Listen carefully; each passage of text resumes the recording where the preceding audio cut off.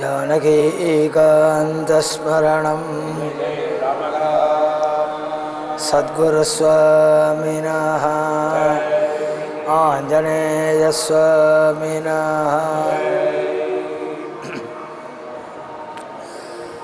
कुवलयदलनीलच्छायकायं प्रसन्नं करधृतशरचापं कञ्जपत्रायदाक्षं जितनिशिचरवर्गं जन्मना सिद्धशीलं जनयतु मदभीष्टं जानकी भागधेयम् कुवलयदलनील छायकायं प्रसन्नं करधृतशरचापं कञ्जपत्रायदाक्षं जितनिशिचरवर्गं जन्मना सिद्धशीलं जनयतु मदभीष्टं जानकी भागधेयम्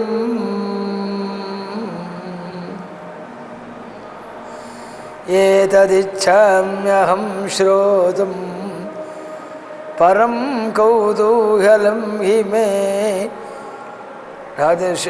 परम पवित्रமான ஸ்ரீமத் ராமாயண கிரந்தத்தை வால்மீகி மங்களாசாசனம் பண்ணி ஆரம்பித்தாள். சுத்தா செய்த திரிலோகியா மகர்ஷேர் நாரதோவச்சா ஸ்ரூயதாமிதி சாமந்திர பிரகிருஷ்டோ வாக்கியமப்ரவீதி. நல்ல சதாச்சாரியரான நாரதாச்சாரியரை அந்த அம்மாவை சுபத்ரா அந்த அம்மாவை கொஞ்சம் முன்னாடி வந்து உட்கார சொல்ல அந்த பொண்ணை.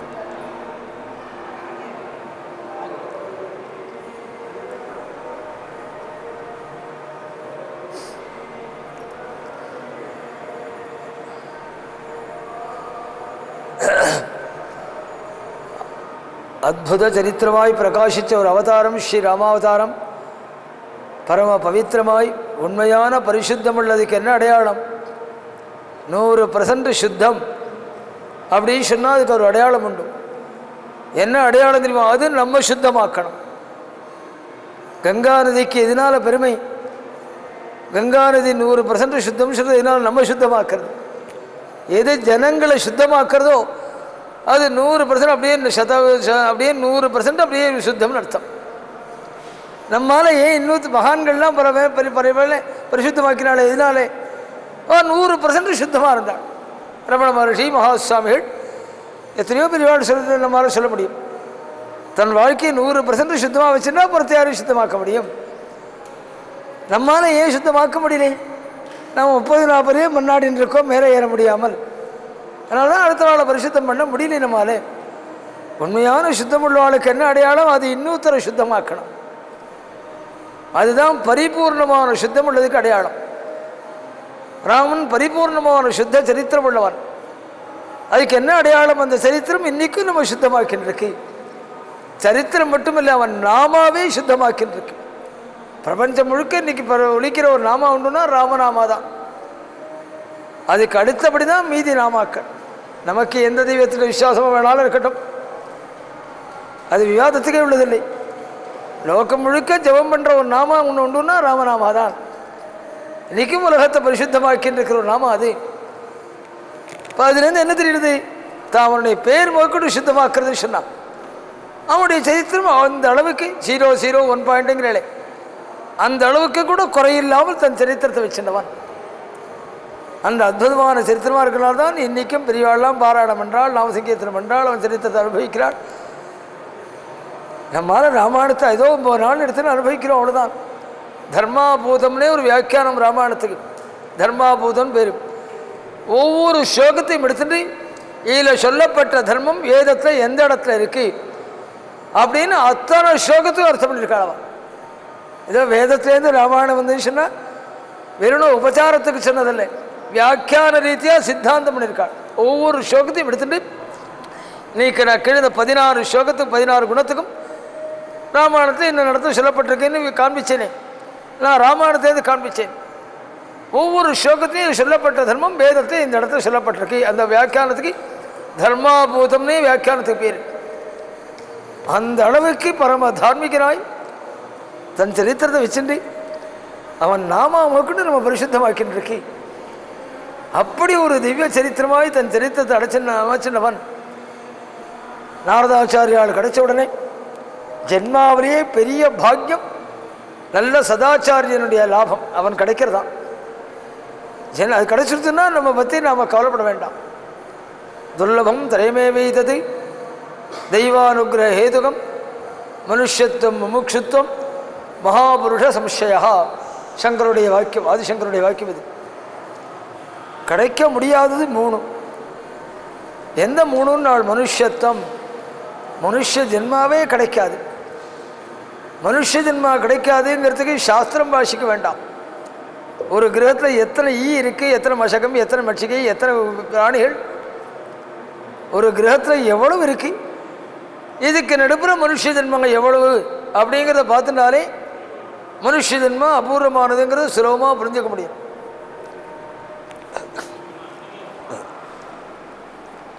கிட்டக்கே போட்டலாம், கிட்டக்க போட்டுருக்கோம். நல்லா கிட்டக்க.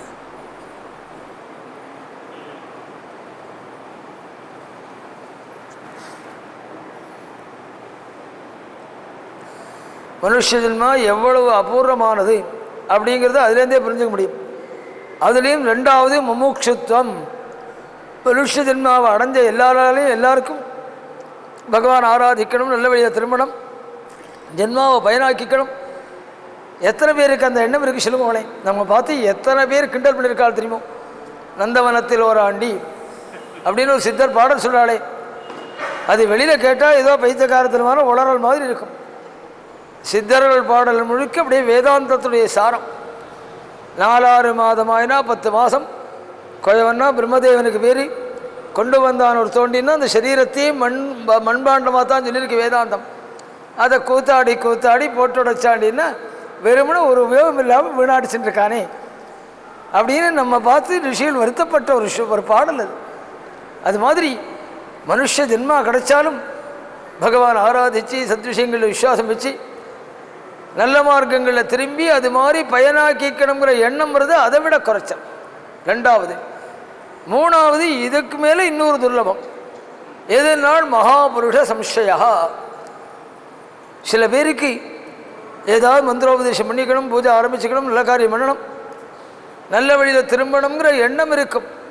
பண்ணணும் மந்திரோபதேசம் பண்ணிக்கணும், ஜெபம் எடுத்துக்கணும், பூஜை பண்ணணும்னு நினச்சிட்டு ஜென்மா முழுக்க முடிஞ்சே போயிடும். அதுக்குள்ளே அவனுக்கு ஒரு பெரியவாள் அண்டி காரியத்தை ஆரம்பிச்சுக்கிறதுக்குள்ள சூழ்நிலை கிடைக்காது, அப்படியே வீணாக போயிடும். நல்ல மகான்கள் கிடைச்சி அவளுடைய காருண்யம் கிடைச்சிருச்சுன்னு வச்சுங்கோ, அதுக்கப்புறம் நம்ம பற்றி நாம் கவலைப்பட வேண்டாம், நம்ம பொறுப்பு இன்னொருத்தட்ட வந்துடுத்து அப்படின்னு தீர்மானம். எந்த 3ம் கிடைக்காதுன்னு சொன்னாலும் ஆச்சாரியால் சொல்கிற போது நல்ல ஜென்மாவிலேயே ஒரு பெரிய பாக்கியம், நல்ல குருவை அடையிறது. நம்மகிட்ட நல்ல குருன்னா என்ன தெரியுமோ, எந்த எதிர்பார்ப்பும் இல்லாமல் இருக்கணும். இல்லை ஆஷாபாஷங்களை தூண்டிவிடக்கூடிய குருக்கள் தெருவுக்கு 4 பேர் கிடைப்பாள். எந்த எதிர்பார்ப்பும் இல்லாமல் எதிராளியுடைய க்ஷேமத்தை மட்டுமே பிரார்த்திக்கக்கூடிய ஆச்சாரியன் இருக்கானே, அவன் கிடைக்கிறதான் பெரிய அபூர்வம். அவன் கிடைச்சிட்டான்னா நம்ம பற்றி நாம் கவலைப்பட வேண்டாம்னு அர்த்தம். இதுதான் பெரிய அதிர்ஷ்டம். அது 3வது நல்ல சதாச்சாரியன் கிடைக்கணும். அந்த சதாச்சாரியன் கிடைக்கிற போது அதை உபயோகப்படுத்திக்கணும். இல்லை ராமாயணம் பாகவதம் போன்றெல்லாம் கேட்குறது எதற்காக தெரியுமோ, பல தெய்வங்கள், பல தர்மங்கள், பல விஷயங்கள் கேட்குறோம். எந்த மாதிரி தெய்வத்திட்டையும், எந்த மாதிரி ஆராதனத்தையும், தர்மத்தையும், எந்த மாதிரி ஆச்சாரியன்கிட்டையும் நம்ம மனசு ஈடுபடுறதோ அதை அப்படியே பிடிச்சிட்டு கொஞ்சம் கொஞ்சமாக விருத்திக்கு வந்துடணும். அதுக்காகத்தான் சிரவணம் பண்ணுறதை கேட்குறதே. முதல்ல எந்த மாதிரி தெய்வத்திட்ட ஈடுபாடு வருதோ, எந்த மாதிரி தர்மத்தில் விசுவாசம் வருதோ, எந்த மாதிரி ஆச்சாரியன்கிட்ட பக்தி வருதோ அதை அப்படியே பிடிச்சின்னு விருத்திக்கு வந்துடுவாள். நம்ம மாதிரி உள்ளவாள் அதை அப்படியே உதறிட்டு போயிடுவோம். கிடைக்கும் விசுவாசம் அப்படின்னு கேட்டு அப்படியே விட்டு போயிடுவோம், ஜென்மா முழுக்க விட்டுட்டே போயிட்டு இருப்போம். அதனால தான் முன்னுக்கு வர முடியாமல் படுறது. முதல் எந்த மாதிரி பெரியவாழ்கிட்ட ஈடுபாடு வருதோ, நல்ல தார்மிகால் அப்படியே பிடிச்சிட்டு கரையேறிடுவாள். அது மாதிரி வால்மீகியினுடைய மனசில் சந்தேகங்கள் வந்தபோதும் இது மாதிரிலாம் லோகத்தில் இருப்பாளா, இந்த குணசம்பன்னால் பார்க்க முடியுமா அப்படின்னு அவர் குழம்பின்றிருந்த போது நாரதாச்சாரியால் எதிர்பாராமல் வந்தாள். அவரை வரவேற்று உபச்சாரங்கள்லாம் பண்ணி பல ஸ்லோகங்களால் பிரார்த்திக்க 16 குணங்களை சொல்லி, இந்த குணங்கள் உள்ளவாள்லாம் உண்டா ஏதச்சா மிகம்சோதும், இந்த மாதிரி குணசம்பன்னாளை நமக்கு தெரிஞ்சுக்கணும்னு ஆசைப்படுறேன். மகர்ஷேத்வம் சமர்த்தோசி ஞாதுமேவம் விதம் நரம். நான் அடைஞ்சிருக்கிற ஆச்சாரியன் எப்பேற்பட்டவன் தெரியுமா? திரிலோகஜா. வால்மீகி ராமாயணத்தில் நாரதருக்கு கொடுத்த விருது 3 லோகமும் தெரிஞ்ச புண்ணிய புருஷாள் நீங்கள். அதனால் அது மாதிரி ஆச்சாரியன்னா கிடைக்கணும். நல்ல சதாச்சாரியன் அடைஞ்சோம்னா என்ன லாபம் தெரியுமோ? அவர் கேட்டோன்னே எடுத்துக்கோன்னு எடுத்து கொடுத்தார் அவர் நாரதாச்சாரியர். அப்படியா, நான் நாளைக்கு பதில் சொல்கிறேன், புஸ்தகம் பார்த்து சொல்கிறேன் அப்படியெல்லாம் சொல்லலை நாரதாச்சாரியர். அந்த மாதிரி ஆச்சாரியன் கிடைச்சானே கிடைக்காட்டாலாம் என்ன, நாம் கேட்டோன்னே எடுத்துக்கோ அப்படின்னு கொடுக்குற ஆச்சாரியன் கிடைக்கணும். அந்த மாதிரி குரு கிடைச்சிட்டாள்னா கவலைப்பட வேண்டிய அவசியமே இல்லை. அந்த மாதிரி கிடைச்சார் வால்மீகிக்கு. மகர்ஷேத்துவம் சமர்த்தோசி ஞானுமே ஞாத்தும் ஏவம் விதநலம். எனக்கு தெரியாதுன்னு நீங்கள் சொல்ல முடியாது. ஏன் தெரியுமா? திரிலோகஜா மகர்ஷேர் நாரதோ வசா. 3 லோகத்தில் உள்ளவாளை பற்றியும் தெரியும் அவருக்கு. அதனால் இந்த மாதிரி குணசம்பன்னால் உண்டாங்கிறது உங்களுக்கு நிச்சயமாக தெரியும். அதனால் நீங்கள் பதில் சொல்லணும் சொல்லி அழகாக வால்மீகி பிரார்த்தித்து நாரதாச்சாரியாள்கிட்ட பிரார்த்தித்து முடித்தாள். கேட்டு முடித்த உடனே எடுத்துக்கோன்னு கொடுத்தாள் நாரதாச்சாரியார். அது என்ன, அது மாதிரி ஆச்சாரியால் அடைஞ்சவாளுக்கு தெரியும் உள்ள பெருமை. நாங்கள்லாம் அது மாதிரி ஆச்சாரியால் அடைஞ்சவாள். சந்தேகம் கேட்கறதுக்கு முன்னாடி பதில் கிடைக்கும். அதனால ஏதாவது ஒரு குழப்பத்தோடு இதுக்கு பதில் கிடைக்குமான்னு குழம்பு கேட்போம். அனாயாசமாக அந்த சந்தேகத்தை போக்குவாள். அந்த மாதிரி ஆச்சாரியால் கிடைச்சிட்டாலும் வச்சுக்கோ. ஒன்றும் எல்லா இந்து மதத்தில் ஏகப்பட்ட புஸ்தகங்கள் அவளையும் படித்து ஒருத்தன் தெரிஞ்சுக்க முடியாது. ரொம்ப பேர் என்ன செஞ்சிருக்காள் தெரியுமோ? படித்து தெரிஞ்சுருக்காள். படித்து தெரிஞ்சுக்கல, பெரியவாளுக்கு கைங்கரியம் பண்ணியே தெரிஞ்சுருக்காள். கைங்கரியம் பண்ணுற போது அவள் போதிக்கிறது நான் எப்படி சொல்கிறது, அவள் சொல்கிறா பாருங்க. ஒரு தடவை சொன்னாலே அப்படியே மனசில் படிஞ்சிடும். நீங்கள் 100 தடவை படிங்க, உங்கள் மனசில் படியாது. அவள் சொல்கிற போது கருணையோடு சொல்கிறாளுன்னு ஒரு தடவை சொன்னாலே மனசில் படிஞ்சிடும். அப்படி படிந்தால் தான் உண்டு. 100 தடவை படித்தா கூட படியாத விஷயம் அப்புறம் எத்தனை படிச்சுட்டு இருக்கிறது, எத்தனை புத்தகம் படிக்க முடியும்? அந்த மாதிரி ஆச்சாரியன் கிடைக்கணும். கிடைச்சா அவர் சொல்லி கேள்வி கேட்டு முடித்தாலோ இல்லையோ ஆரம்பித்த உடனே எடுத்துக்கோன்னு கொடுத்தாள் நாரதாச்சாரியார். இதனடா ஒரு பெரிய விஷயம். நீ சொல்கிற குணசம்பன்னத்தோட பல பேர் கிடைக்கிறது வேணாம், அபூர்வமாக இருக்கலாம். எனக்கு 1000 பேரை லிஸ்ட்டு கொடுங்கோ அப்படின்னு நீ லிஸ்ட்டு கேட்டிருந்தேன்னா ஒரு வேளை யோசனை பண்ணுவேனோ. பகவோ துர்லபாஷ்டைவே ஏ தொயா கீர்த்திதா குணாக. பல பேர் ஒரு 1000 பேர் ஒரு சஹஸ்ர சங்கியை எனக்கு லிஸ்ட்டு கொடுங்கோ அப்படின்னு கேட்டிருந்தா நான் யோசனை பண்ணுவேனோ. நீ அது மாதிரி எண்ணிக்கை கேட்கல. இந்த மாதிரி குணமுள்ளவாள் யாராவது ஒருத்தர் உண்டா? கஸ்யபி பதி ஏகவதனத்தில் உபயோகப்படுத்திருக்கார். அதனால இதுக்கு பதில் சொல்றது ஒரு பெரிய விஷயமே இல்லடா. இக்ஷாகு வம்ச பிரபவா ராமோ நாம ஜனிஷுதா. இக்ஷாகு வம்சத்துக்கு பெரிய தூணாய் பிரகாசிச்சவன் உனக்கு நன்னா தெரியும். ராமோ நாமே, நாமேனா பிரசித்தின்னு அர்த்தம். உலகம் முழுக்க ராமன்கிற பேரால் பிரசித்தி அடைந்தவன். இன்னும் சொல்ல போனால் நீயே இந்த ராமானால் தான் கரையேறினவன்.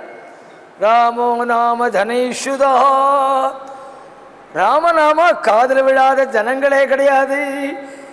பாரத தேசத்தை பொறுத்தவரை ராமாயணம் காதில் விழாத ஜீவனே கிடையாது. மீதி புராணங்கள் காதில் விழாதவாள் இன்னைக்கும் இருக்கலாம். ராமாயணத்தை பற்றி கேள்விப்படாதவாள் இருக்கவே முடியாது பாரத தேசத்தில். மகாபாரதத்தில் அற்புதமான ஒரு சரித்திரம். சௌகந்திகாரணம் சொல்வாள். ஒரு வாசனா புஷ்பம் வந்து விழறது திரௌபதி இருக்கிற இடத்துல. அந்த வாசனை 1 மைல் தூரம் பிரகாசிக்கிறது. திரௌபதி பார்த்தாள், இந்த புஷ்பம் எனக்கு வேணும் அப்படின்னாள். உடனே தர்மபுத்திரர் என்ன பண்ணாள், பீமனை கூப்பிட்டு நீ இந்த புஷ்பத்தை போய் எங்கே இருக்குன்னு பார்த்து பறிச்சுன்னு வா அப்படின்னாள். ஏன்னா பீமனால தான் வாசனையை முகர முடியும். வாயு சுத்தணும்னு அவனுக்கு வாசனா கிரகணம் அவனுக்கு உண்டு. இப்போ வாசனா புஷ்பம் எந்த திக்கிலேருந்து வருதுன்னு கிரகிச்சுன்னு போகிறதுக்கு அவனால் முடியுமே.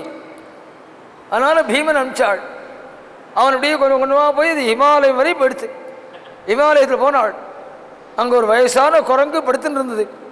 ஒரு ஒத்தடி பாதை மட்டும்தான் இருந்தது. ஒத்தடி பாதை இருந்த உடனே அதில் வாழை நீட்டுன்னு படுத்துட்டு இருந்தது அந்த குரங்கு. இவன் சொன்னான், பீமன், நான் அண்ணட போகணும், கொஞ்சம் வாழை நகர்த்திக்கும் அப்படின்னு. நான் அந்த குரங்கு சொல்லித்து, நான் வயசானவன், என்னால் பரலெல்லாம் முடியாது, அதனால் என்னால் முடியாதுன்றது. அவன் சொன்னால், இல்லை, நாங்கள் ஜீவனை தாண்ட மாட்டோம், ஏன்னா எல்லா ஜீவனும் பகவான் இருக்கிற ஆலயம் மாதிரி, அதனால் அதுக்கு மதிப்பு கொடுக்குற வழக்கம், அதனால் நாங்கள் தாண்டுற வழக்கம் இல்லை அப்படின்னு. முடிஞ்சால் தாண்டி போயேன்னு நான் அந்த குரங்கு. அவர் சொன்னால், நான் நினச்சேன்னா ஒன்றை மட்டும் இல்லை, வாழை மட்டும் இல்லை, லங்கையே துவாம் கிரிஞ்சைவே, இந்த வாழை மட்டுமில்லை, ஒன்றை மட்டுமில்லை, இந்த ஹிமாலயத்தையே என்னால் தாண்ட முடியும். எதை போல தெரியுமா? நாள் ஹனுமானிவசாகரம், ஆஞ்சநேயன் சமுத்திரத்தை தாண்டினா மாதிரி படுத்துட்டு இருக்கிறதே ஆஞ்சநேயன். ஆஞ்சநேயன் சமுத்திரம் தாண்டினா மாதிரி அப்படின்னு. நான் அந்த குரங்கு வாரத்தில் இருந்தாலும் படுத்துட்டு இருக்காரு, அவர் பரிசோதிக்கிறதுக்கு. ஆஞ்சநேயனா அவன் யாரு, அவன் எதற்காக சமுத்திரம் தாண்டினான் அப்படின்னு. நான் பீமனுக்கு அடுத்த வினாடி வரை அஞ்சலி பந்தத்தோட பெரியவர் வயசானவன்கிற முறையில் பேசின அந்த பீமன் அடுத்த வினாடி அந்த மரியாதையெல்லாம் விட்டுட்டானாம். நானும் ராமகதாஸ்ருதா, நீ ராமாயணம் கேட்காத ஜீவனா, அத்தனை மதிப்பு எனக்கு எடுத்துக்கிறாரு வியாசாச்சாரியர். ராமாயணம் கேட்காத ஒரு ஜீவனா நீ. அப்புறம் நான் ஆஞ்சநேயங்கிறத சொல்லி, இந்த வாயுசுதான் தானே அவரும் பிராதாங்கிறத சொல்லி, நீ என்னுடைய சைன்யத்தை கூட இருக்கணும்னு சொன்னாலும் மேலே சரித்திரங்கள் போகிறதுன்னு வச்சுக்கோ. உன்னை இங்கே அழைக்கிறதுக்காக தான் அந்த புஷ்பத்தையை நானே விட்டு எறிஞ்சேன் அப்படின்னு சொல்லி சில பலங்களெல்லாம் கொடுத்து சாப்பிட சொல்லி அனுகிரகம் பண்ணி அப்படி அனுப்பிச்சாலும் அற்புதமான சரித்திரம்.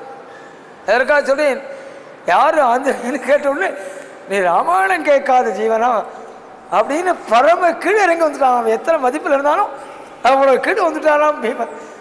ராமாயணம் காதல் விடாத ஜீவன்னா அவனை மனுஷனாவே மதிக்கிற வழக்கம் இல்லை நம்ம தேசத்தில். அதனால்தான் ராமோ நாம ஜனைஷுதா, எல்லார் காதலையும் விழுந்த ஒரு சரித்திரம் அது. அப்படி ஆரம்பிச்சுட்டும், நீயே அந்த ராமாவனால் தானே கரையேறினாய் அப்படி சொல்லி 64 குணம் ராமனுடைய குணத்தை வர்ணிச்சாள். நல்ல சதாச்சாரியனை அடைஞ்சோம்னு வச்சுங்கோ, 1க்கு 4 பலன் கிடைக்கும், சந்தேகமே இல்லை. ஒரு விஷயத்தை பற்றி கேள்வி கேட்டோம்னா அந்த கேள்விக்கு பதில் மட்டும் கிடைக்காது. இதுக்கு இந்த இடத்துல இப்படி வியாக்கியானம் பண்ணியிருக்காள், இந்த பெரியவாள் இந்த மாதிரி, அது முழுக்க சேர்ந்து கிடைக்கும். நல்ல பெரியவாட்டேருந்து கேட்டு தெரிஞ்சின்றவாளுக்கு அது அனுபவத்திலே உள்ள விஷயம். அது மாதிரி ஒரு குணம் 16 குணம் கேட்டார் வால்மீகி, 64 குணம் வர்ணிச்சாள் பல ஸ்லோகங்களால் சொல்லி. சமுத்திர இவ காம்பீர்யே, பிரபு ராமன் காம்பீரியம் உட்காண்டிருந்தா குபேர குட்டி மாதிரி இருக்காங்கிறான் பாருங்க. அந்த மாதிரி உட்கார்ந்துருக்கிற போது அவள்கிட்ட ஒரு தனித்தன்மை தெரியணும், தனியான ஒரு பௌருஷம் சொல்வாள் சம்ஸ்கிருதத்தில். அது மாதிரி உள்ளவனாம், சமுத்திரம் மாதிரி கலகல கலகலன்னு இருப்பனாம் பிரபு. பிரபு இருக்கிற இடத்துல ஐஸ்வர்யங்கள் உள்ள இடத்துல ஒரு கலகலப்பு இருக்கணும். சமுத்திரம் எப்படி 24 மணி நேரம் ஒரு துணியோடு இருக்கு, அந்த மாதிரி ராமன் இருக்கிற இடம் ஒரு கலகல கலகலன்னு நடந்துட்டு இருக்குமாம். சர்வதா விகத சத்பிஹி சமுத்ரைவ சிந்துபிஹி, எல்லாருடைய மனசும் ராமனை நோக்கி இருக்கான். ராமன் மாதிரி நல்ல பர்த்தாவா இருக்கணும், ராமன் மாதிரி சத்புத்திரனா இருக்கணும், ராமன் மாதிரி நல்ல பிராதாவா இருக்கணும், ராமன் மாதிரி நல்ல ராஜ நிர்வாகம் பண்றவனா இருக்கணும். எல்லாருடைய மனசும் ராமனை நோக்கியே போயின்னு இருக்கான். அது எதை போல இருக்கு தெரியுமா? நாள் சமுத்ரைவ சிந்துபி, எப்படி எல்லா நதிகளும் சமுத்திரத்தை நோக்கியே போயின்னு இருக்கும், அது மாதிரி எல்லாருடைய மனசும் ராமனை நோக்கி போயின்னு இருக்கான். தனதேன சமஸ்தியாகே, அள்ளி கொடுக்கறதுல குபேரனுக்கு சமானமானவனாம். தனதன்னு குபேரனுக்கு பேர். தனதேன சமஸ்தியாகே, கொடுக்கறதுல குபேரனுக்கு சமானமானவன் அப்படின்னு சொன்னால் நாரதாச்சாரியார். நமக்கெல்லாம் தூக்கியாரி போடும். நாமெல்லாம் குபேரனா நினைச்சுட்டு இருக்கோம், பணத்தை வச்சு ராத்தூக்கம் இல்லாமல் பூத மாதிரி காவந்து பண்ணி காப்பாற்றின்னு இருக்கிறவன் அப்படின்னு நினச்சிட்டு இருக்கோம். குபேரனை பற்றி ரொம்ப பேர் இப்படி தான் நினச்சிட்டு இருக்கான். குபேரன் வெறும் பணத்தை ரட்சிக்கிறவன் மட்டும் இல்லை, அள்ளி கொடுக்கிறவன் குபேரன். வேதம் நிறைய இடத்துல குபேரனை சொல்ல, ராஜாதிராஜாய பிரதக்கியசாயினேன்னு கல்புறத்தும் போது எல்லாரும் சொல்லலே, குபேரனை பற்றி சொன்ன வேதம் அது, வேத மந்திரம் அது. சமய காமான் காமகாமாய் முக்கியம் எனக்கு நிறையா மேலே மேலே மேலே அள்ளி கொடுக்கட்டும் அப்படின்னு குபேராய வைஸ்வனாயானே மந்திரம் முடியுது. குபேரன் அள்ளி கொடுக்கிறவன் அப்படிங்கிறது வேதங்களில் நிறைய இடத்துல சொல்லப்பட்டிருக்கு. இது வேதமே ராமாயணம் ஒன்றும், அதனால் அந்த வேதத்தில் சொன்ன அதே திருஷ்டாந்தம் இங்கே சொல்கிறார் வால்மீகி. அவருக்கு தனதேன சமஸ்தியா ஒன்று மனசு வாங்கிக்கணும்.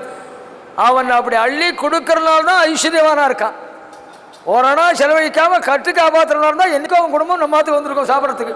சாப்பாடு போடுறா ஒரு வேலைன்னு கேட்க வந்து அவன் அப்படி அள்ளி கொடுத்துட்டு இருக்கிறனால தான் இன்றைக்கும் நிதிபதியாக இருந்துட்டு இருக்கான். அவன் தனதேன கொடுத்துட்டு இருக்கிற இடத்துல ஐஸ்வர்யம் இருக்கும்.